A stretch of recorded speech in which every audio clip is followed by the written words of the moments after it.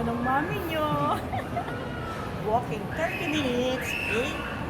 Dito kami sa SM. Kumusta na kayo mga anak?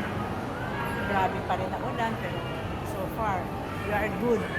Okay naman kami. Kaya dito kami ngayon sa SM. Nag-walking kahit umuulan sa labas. Di ba? Walang makakapigil ang ang ulan sa pag-walking basta may daan na madadaanan. Wow, grabe. No?